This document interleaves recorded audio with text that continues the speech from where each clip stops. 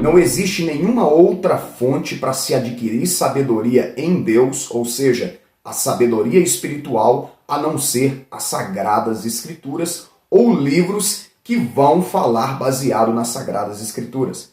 É óbvio que existe uma sabedoria humana que nós adquirimos através de um livro de filosofia, de um livro de ciências, isso é óbvio e não tem problema algum nisso. Mas a fonte de uma sabedoria em Deus, uma sabedoria espiritual, ela está exclusivamente nas Sagradas Escrituras. A Bíblia é a única fonte para se adquirir uma sabedoria espiritual que somente Deus pode fornecer.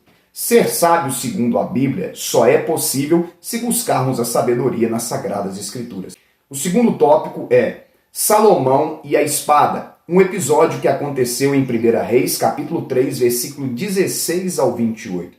Talvez você se lembre, talvez você nunca passou por esse episódio, mas aqui eu estarei explicando para você o que aconteceu nesse episódio. A Bíblia vai dizer que Salomão era o rei de Israel e que não havia ninguém mais sábio que Salomão e nunca haveria ninguém mais sábio do que Salomão, porque Deus deu para Salomão uma sabedoria a qual ele não tinha dado para nenhum outro ser humano na terra.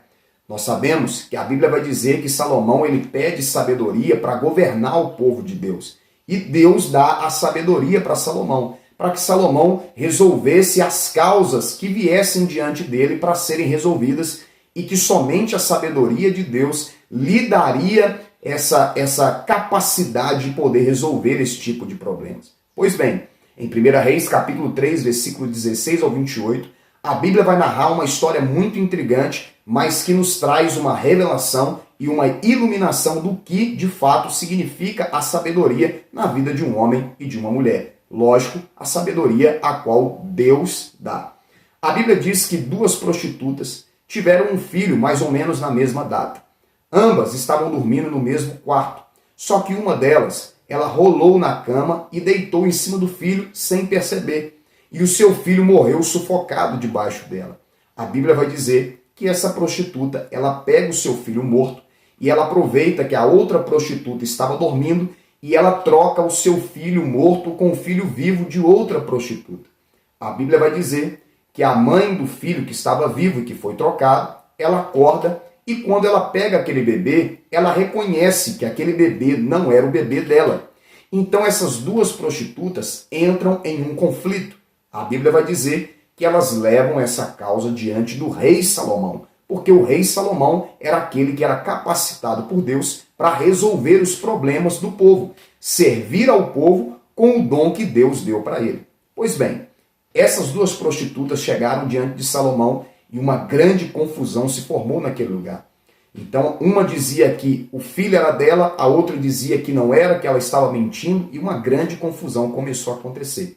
A Bíblia vai dizer que Salomão, ele pede para um dos soldados uma espada. E Salomão propõe para aquelas mulheres, eu vou pegar uma espada e vou partir essa criança no meio. E já que vocês estão brigando por causa dela, eu vou dar um pedaço para uma e um pedaço para outra. Quando Salomão disse, me passe a espada, uma das prostitutas disse, não precisa partir a criança ao meio. Pode entregar a criança para ela. Eu prefiro que a criança permaneça viva. Então, através dessa atitude de Salomão, a Bíblia diz assim, que se revelou para Salomão quem de fato era a mãe verdadeira da criança. Que é lógico que foi a mãe que decidiu, que foi a prostituta que decidiu não partir a criança ao meio. Salomão descobre de quem de fato era a mãe verdadeira da criança e ele pega aquela criança e ele devolve para sua mãe.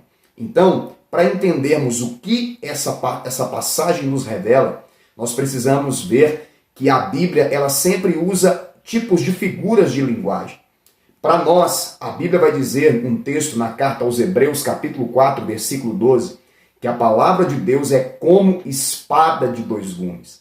A palavra se autocompara como uma espada. Então, quando Salomão ele pede a espada, ele estava pedindo a sabedoria que só pode ser adquirida na palavra. Então, isso já estava apontando para a palavra de Deus, que a única fonte de sabedoria está completamente na palavra de Deus. Lógico, a sabedoria espiritual.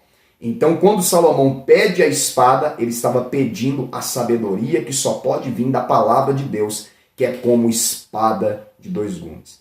Então, eu quero que você aprenda essa lição.